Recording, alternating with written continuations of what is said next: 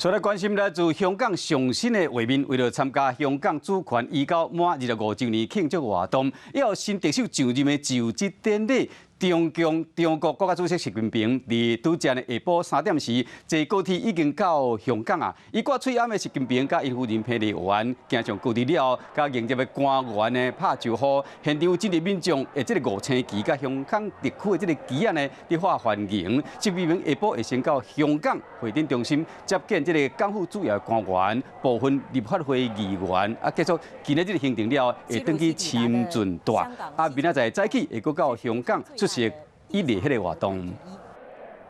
Hello， 大家好，我是乃瑜，要教给大家2个任务。第一个，华视新闻的脸书专页，你按赞了吗？还有华视新闻的 YouTube 频道，赶紧订阅起来，还要记得按赞，开启小铃铛哦。